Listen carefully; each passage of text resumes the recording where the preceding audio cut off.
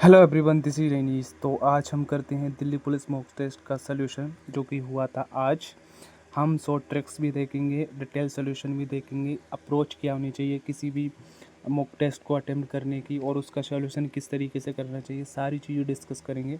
Video थोड़ा सा लंबा हो सकता है तो उसके लिए एडजस्ट कर लेना, ठीक है। लेकिन इसी तरीके से आप क्वेश्चन अटेम्प्ट करिएगा और इसी तरीके से आप मॉक टेस्ट सॉल्यूशन करिएगा तो आपका स्कोर बेहतर होगा, इंक्रीज़ होगा, ठीक है। तो चलिए आज हम करते हैं फुल डिटेल में Delhi police constable mock test solution के 15 क्वेश्चन, ठीक है। तो चलिए शुरू करते हैं पहले क्वेश्चन के साथ। तो पहला क्वेश्चन हमारा है, 3 व्यक्ति 6, 5, 8 के अनुपात में निवेश करके एक साझेदारी करते हैं। एक वर्ष के बाद 5200 और निवेश करता है ए, तथा बी 4000 निकाल लेता है। अब निवेश का अनुपात 7, 5, 4 हो जाता है। शुरू में ए कितना निवेश किया था? देखिए 3 व्यक्ति हैं, प्रारंभ में कुछ धन निवेश करते हैं और एक वर्ष के बाद ए जो होता है 5200 ऐड करता है और बी जो होता है 4000 माइनस कर लेता है। इसके बाद में नया रेशो 7, 5, 4 हो जाता है। इनको सॉल्व करना, तो चलिए शुरू करते हैं। देखिए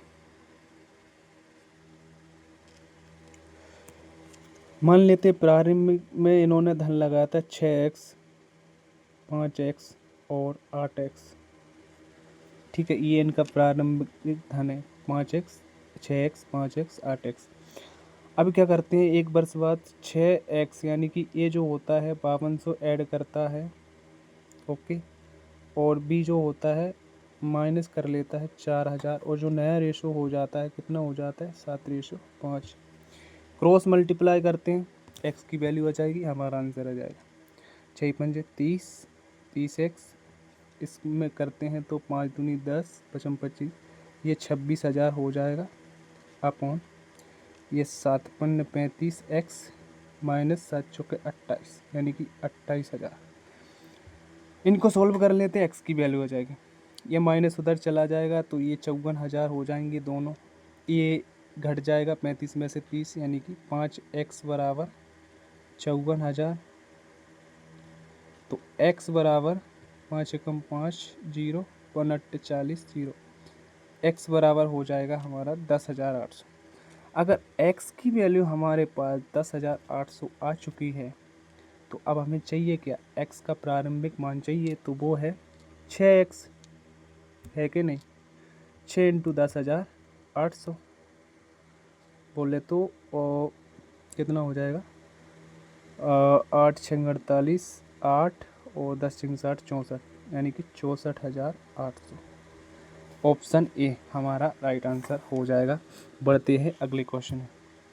दूसरा क्वेश्चन है, एक वनपाल 84 नीम, 126 बबूल, 168 बरगद के पेड़ों को समान संख्या वाली पंक्तियों में अलग अलग लगाना चाहता है। न्यूनतम पंक्तियों की संख्या ज्ञात कीजिए, ठीक है। तो क्या करेंगे, पंक्तियाँ देखना है तो भाई मैक्सिमम कितनी पंक्ति लगा सकता है, तो इनका एचसीएफ ले लेते हैं हम। दो नज़दीक संख्या को उठाते हैं, 126, 84, 2 और 4, 42 इनका एचसीएफ हो जाएगा, ठीक है। इनका एचसीएफ 42 हो जाएगा। अब क्या करते हैं हम, मैक्सिमम कितनी पंक्ति लगा सकता है, तो मैक्सिमम लगा सकता है 84, 84 अपॉन 42, ठीक, प्लस 126 अपॉन 42, ठीक।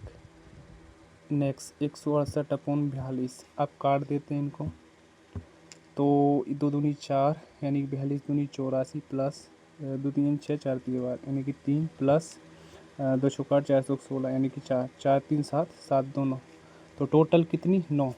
ऑप्शन ए हमारा आंसर हो जाएगा, ठीक है। तो अब बढ़ते हैं अगले क्वेश्चन की तरफ। तो चलिए अगला क्वेश्चन क्या है, मिस्टर जॉनसन ने क्रमशः 15%, 12.5% साधारण ब्याज दर पर योजना ए तथा बी में कुल निवेश 19,500 निवेश किए। 2 वर्ष में कुल ब्याज 5,362.5 होने पर योजना ए में निवेश राशि कितनी है। देखिए इसको बेसिक तरीके से करना पड़ेगा, इसका मेथड थोड़ा सा लॉन्ग हो सकता है, ठीक है, लेकिन इसको करना बेसिक ही तरीके से करना पड़ेगा और इसको समझ कर करना पड़ेगा, ठीक है। तो क्या है भाई, ये थोड़ा सा लेंदी हो सकता है। देखिए, मान लेते हैं 2 योजनाओं में ये निवेश करता है। तो पहली योजना में कितना धन निवेश किया, मान लेते हैं x किया, ठीक। तो अगली योजना में कितना करेगा, टोटल कितना कर रहा है 19,500। तो अगली योजना में करेगा 19,500 माइनस x। ये पहली योजना, ये दूसरी योजना। ओके, अब आगे देखते हैं। अब क्या कह रहा है, यहाँ से करते हैं इसको। पहली योजना में x% धन लगाया, कितनी रेट से, 15% रेट से। कितने टाइम के लिए, 2 वर्ष के लिए, ठीक है, 2 साल के लिए करता है ना, अपॉन 100 प्लस। अब क्या करता है, अगली राशि कितनी है इसकी, शेष राशि कितनी है 19,500 माइनस एक्स, ठीक है, यही है ना, इनटू ये कितनी राशि के लिए कितने प्रतिशत से लगाता है, 12.5%। कितनी रेट, कितने साल के लिए, 2 साल के लिए, अपॉन 100। और बराबर में आपको क्या रखना है, ये कुल मिलाकर इसको कितना मिलता है, 5,362.5 ये मिलता है, ठीक है। अब इनको सोल्व कर लेते हैं, हमारा आंसर आ जाएगा।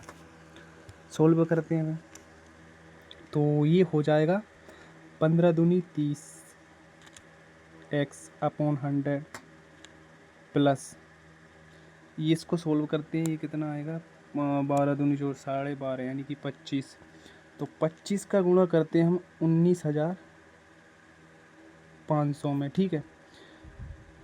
25 का करते हैं और फिर 25 का ही करते हैं एक्स में। तो ये हो जाएगा 25x माइनस 25x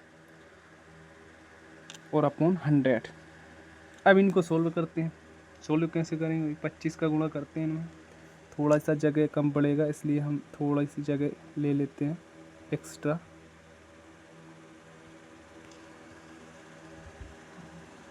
देखिए भाई, जो डिटेल से होगा सोल्यूशन उसको डिटेल में ही करवाना पड़ेगा, ठीक है। इसमें कोई ट्रिक यूज़ नहीं होगी ना, तो इसका शॉर्टकट मेथड है, इसलिए थोड़ा सा डिटेल में जाना पड़ रहा है, ठीक है। और इसको सीखना भी चाहिए भाई, आगे काम आएगा। और बहुत सारे क्वेश्चन बनते हैं इसी तरीके के, इनको हमें डिटेल में ही करना होता है। अब इनको सोल्व करते हैं तो 25 से गुणा करते हैं 19,500 में, तो कितना हो जाएगा, 0 0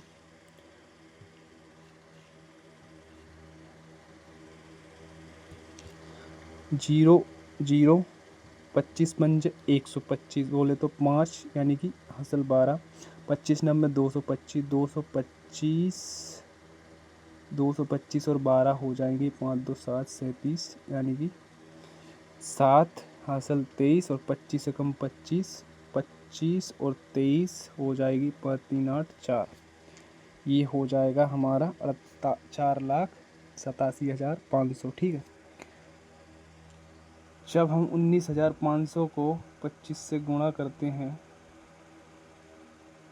तो हमारा हो जाता है 4,87,500। यही हो रहा है ना, देख लेते हैं वहाँ 25 0 25 25 0 25 25 पंजे 125 5 असल 12 25 नंबर 225 225 5 27, हाँ ठीक है, यही हो रहा है।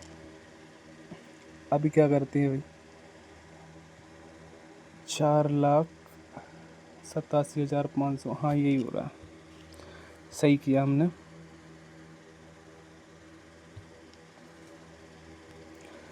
अब क्या करते हैं भाई, अब ये 100 की मल्टीप्लाई इस साइड कर देते हैं, तो ये हो जाएगा 5,36,250, क्योंकि एक दशमलव यहाँ है।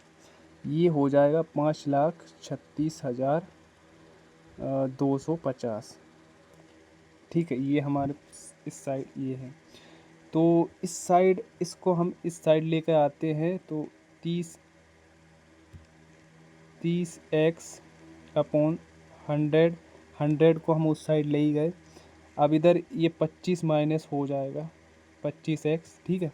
ये वाला 25 इस 30x में से माइनस हो जाएगा। और अब ये 19,500 जो है, 19,500 नहीं सॉरी, ये 4,87,500 ये इसमें से हो जाएगा माइनस, ठीक है।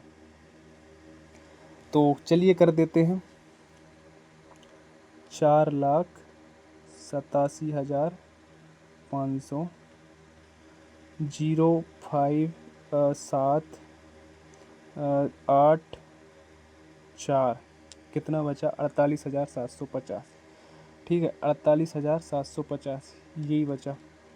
अब इसको डिवाइड करते हैं 5 से तो कितना आएगा 5 9 45। ठीक है अब 3 बचा 5 7 35 और 5 25 और 0 तो कितना आंसर आ गया ऑप्शन डी। देखिए ये थोड़ा सा लेंदी ज़रूर हो गया लेकिन भाई मैंने आपको शॉर्ट डिटेल में बताया और बेसिक बताया। ये तरीका आपको आना चाहिए, इसके अलावा आप किसी भी तरीके से इसको सोल्व नहीं कर सकते। ठीक है तो ये आना चाहिए, थोड़ा सा लेंदी हो सकता है, इसको आप स्किप भी कर सकते हो, ये इसको आप बात के लिए भी देख सकते हो। ठीक है चलिए अगला क्वेश्चन देखते हैं हम। चौथा क्वेश्चन क्या है, किसी कार्य को 40 दिन में पूरा करने के लिए 20 श्रमिक लगाए गए। ठीक है कुछ चौथा क्वेश्चन बढ़िया क्वेश्चन। किसी कार्य को 40 दिन में पूरा करने के लिए 20 श्रमिक लगाए गए पर 16 दिन बाद कुछ श्रमिक छोड़ गए। शेष श्रमिकों ने कार्य को कुल 46 दिन में पूरा किया, 16 दिन बाद कितने श्रमिक छोड़ गए। तो क्या क्वेश्चन में पूछा है पहले उसको जान लेते हैं कि देखो भाई 40 दिन में पूरा करने के लिए 20 श्रमिक लगाए गए। अगर हम 40 दिन 20 श्रमिक से करें तो टोटल काम कितना हो रहा है 4 दूनी 8 800। लेकिन हुआ क्या, हुआ ये भाई कि श्रमिक लगा पर 16 दिन बाद कुछ श्रमिक छोड़ गए, कुछ श्रमिक छोड़ गए। शेष श्रमिकों ने कार्य को कुल 46 दिन में पूरा किया। देखो 16 दिन बाद गए हैं कुछ, तो 16 दिन तक के लिए तो किया होगा 20 श्रमिकों ने कहा है, तो कितना किया होगा 16 इंटू 20 तो 32। कितना कार्य किया होगा 16 दिन में, इतना कार्य किया होगा। क्या हम 800 में से इसको माइनस कर सकते हैं, बिल्कुल कर सकते हैं। 0 10 में से 2 8 और 7 में से 3 4। क्या हमारा जो रिमेनिंग वर्क रह गया अभी 480 रह गया। ठीक है 480। अब ये 480 कौन करेगा, 480 करेगा कुल कितने दिन लगे 46 दिन। ठीक है अगर हम 46 में से 16 दिन घटा ले तो कितने बचेंगे 30 दिन। क्या 30 दिन के अंदर ये 480 काम हुआ होगा कि नहीं। तो चलिए इसको करते हैं 480 अपॉन 30 यानी कि 16। तो कितने छोड़ गए, कितने श्रमिक थे 20, कितने बचे 16, तो छोड़ कितने गए 4। तो 16 दिन बाद कितने श्रमिक छोड़ गए 4। हमारा आंसर आ जाएगा ऑप्शन बी। ठीक है उम्मीद करता हूँ समझ आया होगा। चलिए इसको दोबारा से देख लेते हैं, यदि एक बार में समझ नहीं आया होगा डिटेल में वो अच्छे तरीके से देख लेते हैं। अभी आपको थोड़ा सा कन्फ्यूज़न हो रहा हो। देखिए किसी कार्य को 40 दिन में पूरा करने के लिए 20 श्रमिक लगाए गए। कितने लगाए गए 20 श्रमिक। 40 दिन में कार्य पूरा करना है, कितने कितने लोग हैं 20 है। पर 16 दिन बाद कुछ श्रमिक छोड़ गए। शेष श्रमिकों ने कुल 46 दिन में पूरा किया, 16 दिन बाद कितने श्रमिक छोड़ गए। देखिए अगर 40 दिन 20 ही व्यक्ति कार्य करते तो टोटल कार्य कितना होता 800। ये हमारा कुल कार्य है। ठीक है अब क्या होता है 16 दिन बाद कुछ श्रमिक छोड़ गए, यानी कि ये जो 20 श्रमिक है इन्होंने 16 दिन तो कार्य किया होगा कि नहीं बताओ। जी बिल्कुल किया होगा। 16 दिन 16 दूनी 32 कितना हो गया 320। ठीक है अब आगे देखते हैं शेष श्रमिकों ने कार्य को कुल 46 दिन में पूरा किया। अब देखिए 800 में से हम 320 घटाते क्योंकि 320 हमारा कार्य डन हो चुका है। 0 10 में से 2 जाएंगे तो 8 और 7 में से 3 जाएंगे 4। ये रिमेनिंग वर्क है। ठीक है अब ये रिमेनिंग वर्क को शेष श्रमिकों ने कार्य को कुल 46 शेष श्रमिकों ने कार्य को कुल 46 टोटल जो कार्य हो रहा है वो 46 दिन में हो रहा है। 16 दिन हम कर चुके हैं तो 46 में से 16 को घटा लो 0 30 यानी कि 30 दिन में 480 किया होगा। अब कितने श्रमिकों ने किया होगा तो 480 अपॉन 30, 0 से 0 और 16, यानी कि 16 दिन बाद 16 श्रमिकों ने कार्य किया और करना चाहिए था 20 को, 20 माइनस 16 यानी कि 4 लोगों ने 16 दिन बाद कार्य छोड़ दिया। उम्मीद करता हूँ अच्छे तरीके से समझ आ गया। चलिए नेक्स्ट पर बढ़ते हैं। दो बार समझा चुका हूँ ताकि ये थोड़ा सा कन्फ्यूज़न क्रिएट कर सकता था, इसलिए। अगला क्वेश्चन है, किसी संख्या को 17 से भाग देने पर शेष 6 प्राप्त होता है। उसी संख्या के वर्ग को 17 से भाग देने पर क्या प्राप्त होगा? ये देखिए फिक्स पैटर्न का सवाल है, ये बहुत इजी होता है। देखो क्या पूछा है, उसी संख्या के वर्ग को, शेष क्या बच रहा है 6, 6 का वर्ग करो 36, 36 को भाग दो 17 से, 17 दूनी 34, शेष कितना बचा 2, 2 हमारा आंसर। जो शेष बचता है उसी को जो भी पूछा है वही करना होता है, ठीक है। आगे बढ़ते हैं। एक दुकानदार बच्चों के कपड़ों पर 20% सीधी छूट देता है और फिर भी 30% लाभ कमा लेता है। देखो CP और MP का जो रेशियो होता है वो होता है 100 माइनस D यानी कि डिस्काउंट और 100 प्लस P यानी कि प्रॉफिट। तो इनको करते हैं 100 माइनस D कितना, 20% की छूट है तो 80 CP, 100 प्लस 30 यानी कि 130 MP। अब क्या है, क्रय मूल्य से कितने प्रतिशत अधिक है, अंकित मूल्य यानी कि MP, मार्केट प्राइस। तो 80 30 कितना अधिक है 50, किससे 80 से, कितने 100 पर, 100% के लिए 100, 0 से 0, 500 अपॉन 8 यानी कि 8 7 56, 8 6 48 और 2 62.50, हमारा आंसर आ जाएगा ऑप्शन C। आगे बढ़ते हैं। अगला क्वेश्चन क्या, किसी गांव की कुल आबादी X है जिसमें 40% महिला है। निरक्षर महिलाओं की संख्या निरक्षर पुरुषों अर्थात 4000 की आधी है। यदि साक्षर महिलाओं की संख्या 6000 है तो X का मान क्या, हमें बताना है X का मान, यानी कि कुल आबादी बतानी है। देखिए यहाँ ध्यान देने वाली बात है, निरक्षर महिलाओं की संख्या निरक्षर पुरुषों अर्थात 4000 की आधी है, यानी कि N मतलब निरक्षर फीमेल जो है, निरक्षर महिलाओं की संख्या निरक्षर पुरुषों यानी कि निरक्षर जो मेल है, मेल कितने 4000, इसकी हाफ है। तो यानी कि जो फीमेल होंगी निरक्षक वो कितनी होगी 2000 होगी। अब आगे क्या बोला है, महिलाओं की संख्या, साक्षर महिलाओं की संख्या 6000 है। इसको 6000 में ऐड कर देंगे, कितनी हो जाएगी टोटल महिला 8000 हो जाएंगी ना, बिल्कुल हो जाएगी। टोटल महिलाएं 8000, ठीक, टोटल महिलाएं कितनी है 8000। अब क्या दे रखा हमें 40%, जबकि महिला हमें दे रखी है 40%, तो जो 8000 है क्या वो 40% का मान है, तो हमें चाहिए क्या 100 का मान। इनको सोल्व कर लेते हैं, 0 से 0, 4 दूनी 8, 200 इंटू 100 और ये कितना 20,000, हमारा आंसर हो जाए। उम्मीद करता हूँ अच्छे से समझ आया होगा। चलिए बढ़ते हैं अगले क्वेश्चन पर।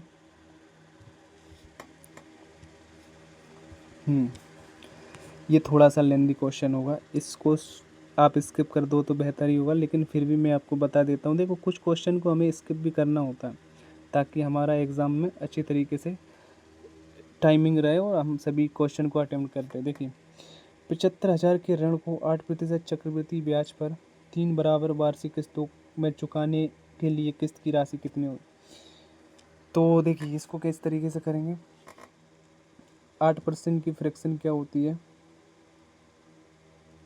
2 चौके 8, 2 पंजे 10, 2 दूनी 4 और 2 से 25, यानी कि 25 से राशि 27 हुई होगी, 25 से राशि 25 से 27 और 25 से 27, ठीक है।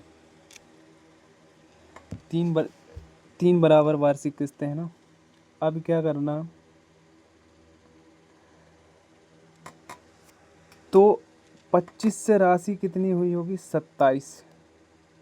25 से राशि कितनी हुई होगी? 27। 25 से राशि कितनी हुई? 27।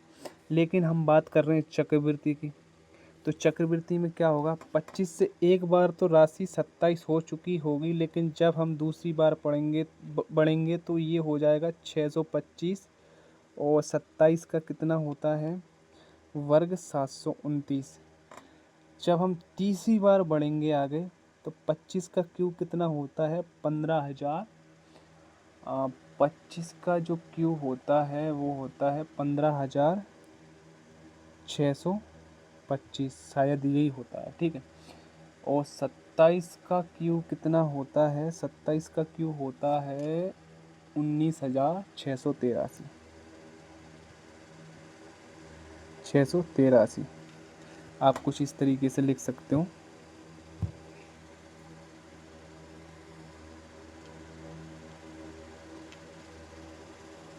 ये देखो 19,683 ये सिनेरियो रहा होगा। तो हम क्या करते हैं, अब समान किस्त है लेकिन यहाँ 19,683 है, यहाँ कुछ और है, यहाँ कुछ और है। तो अब 19,683 बनाने के लिए हमें क्या करना पड़ेगा? 27 से मल्टीप्लाई ऊपर करना पड़ेगा, ऊपर भी 27 इंटू 27 दो बार करना पड़ेगा, तब समान किस्त होगी, ठीक है। तो फिर आप क्या करोगे? देखिए ये थोड़ा सा लेंदी होगा इसलिए और कैलकुलेटिव भी होगा, इसलिए मैं आपको डायरेक्टली बता देता हूँ। जब आपकी ये किस्त की राशि जो बराबर हो जाती है 19,683 जब हो जाती है बराबर, इस साइड भी कुछ राशि आएगी, राशि का मान आएगा ये वाला। अब इस साइड जो मूलधन आएगा ऐड होकर, जो मेन जो राशि आएगी वो करना है आपको 7500 के बराबर, ठीक है।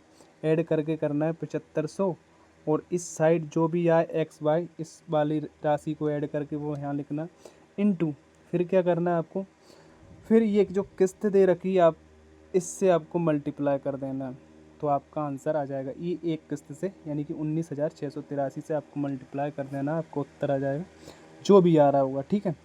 तो अभी फ़िलहाल के लिए ये लेंथी होगा इसलिए, और कैलकुलेटिव होगा इसलिए, लंबा मेथड होगा और ज़्यादा टाइम हो रहा है इसलिए हम आगे बढ़ जाते हैं। मैं आपको बता चुका हूँ, वैसे इसको आप स्किप ही करो तो बेहतर होगा, ठीक है। अगले क्वेश्चन की तरफ बढ़ते हैं। अगला क्वेश्चन क्या है?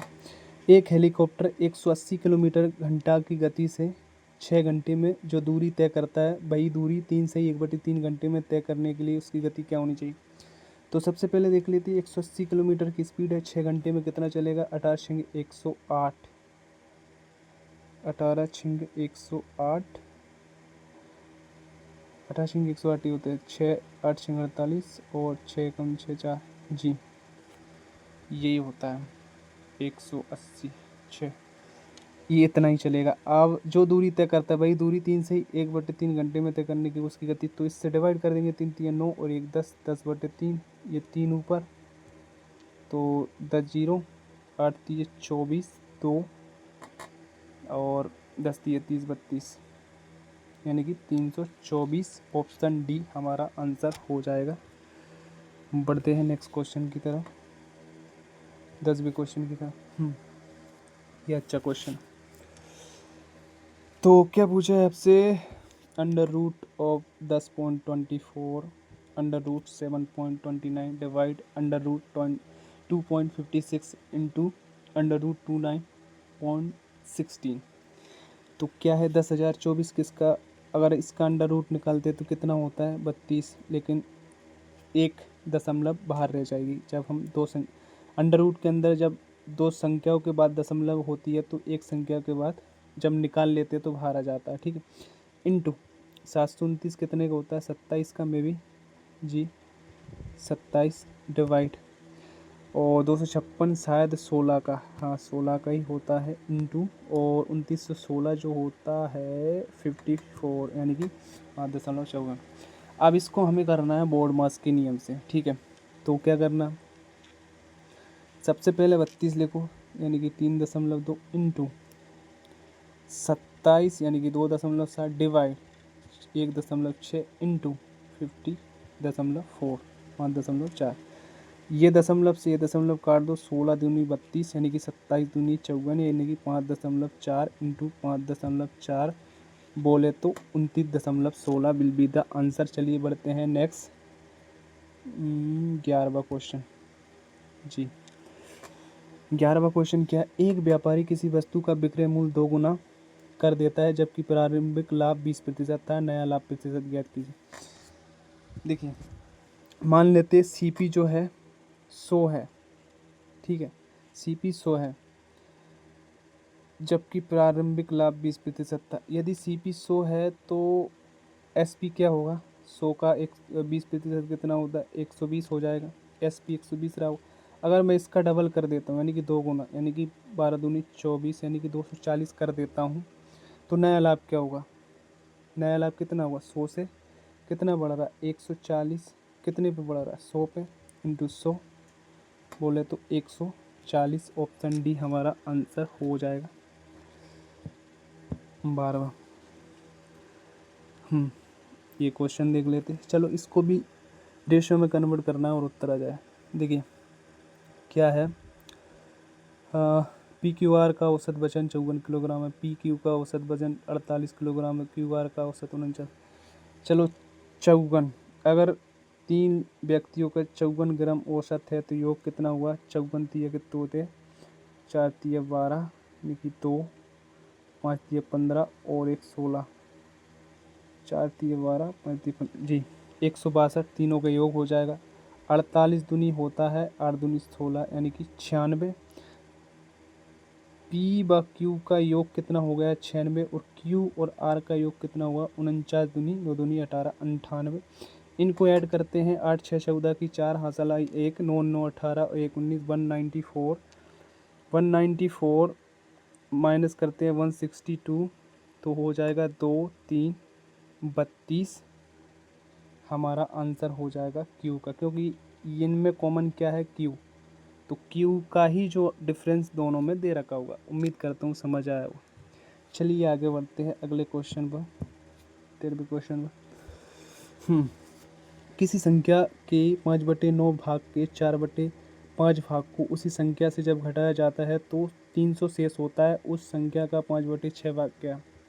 इसको कैसे करें, मान लेते संख्या है x इंटू इसका कितना 5/9 भाग के 4/5 भाग को उसी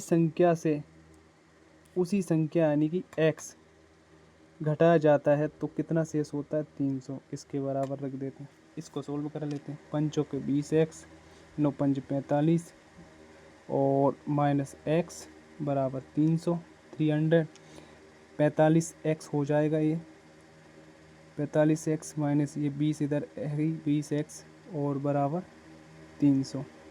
ओके, अब 20 तो कितना बचेगा, जब 45 में से 20 जाएंगे तो 25 जी 25x बराबर 300, x बराबर 25 5 के 30 60 x बराबर 12। यही होगा, ये होगा कि नहीं 25 25 5 के 30 5 25 5 से 12 जी x बराबर हो जाएगा 12। ठीक है, अगर x बराबर 12 है 9 5 45 सॉरी x बराबर 12 नहीं, अभी तो 45 का इधर भी तो मल्टीप्लाई होगा, थोड़ा सा मिस्टेक कर दिया था। चलिए उसको सुधार लेते हैं।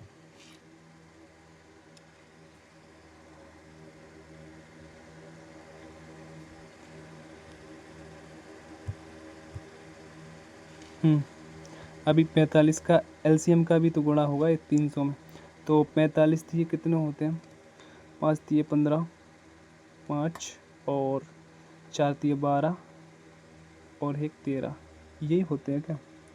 45 दिए 135 00 डिवाइड बाई 25 एक्स की वैल्यू आ गई तो कितना हो जाएगा 5 25 5 दूनी 10 3 5 दूनी 5 7 35 और 00 5 25 5 के 20 और 0 540। ठीक है, अब 540 का क्या पूछा है, 540 का 5/6।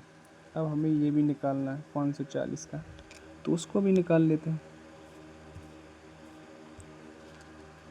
540 का 5/6 कितना होता है?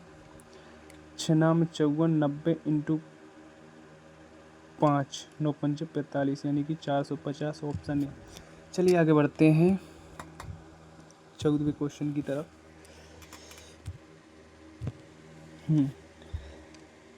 3 पदों का योग 16,300, पहले व दूसरे का अनुपात 15-16 तथा दूसरे व तीसरे का अनुपात 17-18। पहले और तीसरे पद का अंतर ज्ञात कीजिए। पहले और तीसरे पद का देखो, इसको ऑप्शन से कैसे कर सकते हो। देखिए, पहले रेशियो में 15 रहा होगा, दूसरे रेशियो में 18 रहा होगा। पहले और तीसरे का चाहिए ना, तो पहले रेशियो में 15 और तीसरे रेशियो में 18 होगा। 15 और 18 ये इनका मल्टीप्लाई हुआ हुआ कोई भी ओरिजिनल संख्या से, इनका अंतर कितना है? 3 है। जो भी संख्या होगी वो 3 का मल्टीपल होगी। 8 6 14 नहीं होता। 3 का डिविजिबिलिटी का रूल क्या कहता है कि 3 3 से विभाज्य होने वाली संख्या जो होगी उनके अंकों का जो योग होगा वो 3 से डिविजिबल होगा। तो 8 6 14 यानी कि ये डिविजिबल नहीं है, यानी कि विभाज्य नहीं है। 7 6 13 ये भी नहीं है। 6 6 12 ये भी नहीं है। 6 6 12 ये है। 6 5 11 ये भी नहीं है। तो हमारा उत्तर जो हो जाएगा 6600। एक बार इसको बेसिक से भी देख लेते हैं, ठीक है? बेसिक से कैसे होगा उसको देखते हैं।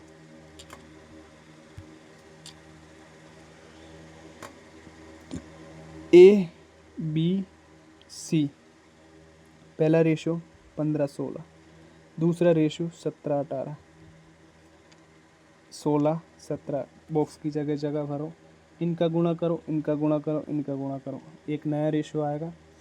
पहली वाले का और लास्ट वाले का दोनों का अंतर निकालना है। इन सबको ऐड कर 16,300 के बराबर इक्वल रख देना है, और जो अंतर होगा उसका मल्टीप्लाई कर देना है। हमारा आंसर आ जाएगा 6600। ठीक है, तो चलिए अगले क्वेश्चन पे यानी कि लास्ट क्वेश्चन की तरफ बढ़ते हैं। लास्ट क्वेश्चन जो है DI का है, इन्हीं ग्राफ का है, ग्राफ तालिका का। क्या दे रखा है भाई, देख लेते हैं। ब्रांड एक्स टी शर्ट की कुल बिक्री एक्स टी शर्ट की कुल बिक्री के आधे और ब्रांड जेड टी शर्ट की कुल बिक्री के बीच का धनात्मक अंतर ज्ञात कीजिए। एक्स कौन सा है भाई? एक्स ये रहा। एक्स बोले तो 990, 1050, 1080 प्लस फिर क्या दे रखा? 780। क्या पूछा है, क्या बोला है क्वेश्चन में? ब्रांड एक्स टी शर्ट की कुल बिक्री के आधे। अब इसको ऐड कर लेते हैं। इसको ऐड कैसे करेंगे भाई? तो चलिए कोई तो तरीका होगा। 900, 1000, 1900, 1900, 2900, 2900 और 700, 3600। ठीक है, 3600 तो हो गया सैकड़ा वाली संख्याओं का योग। ये 90 9 5 14 यानी कि 140, 140 और 80, 8 4 12, 220, 220 और 80, 300 यानी कि 3900। 3900 बटे 2 बोले तो 2 है कम 2, 1, 2 9 18, 1 2 5 10, 1950। एक्स से हमें लेना है 1950, क्योंकि बोला है कुल बिक्री के आधे। ओके, यहाँ तक क्लियर? ओके, आगे बढ़ते हैं।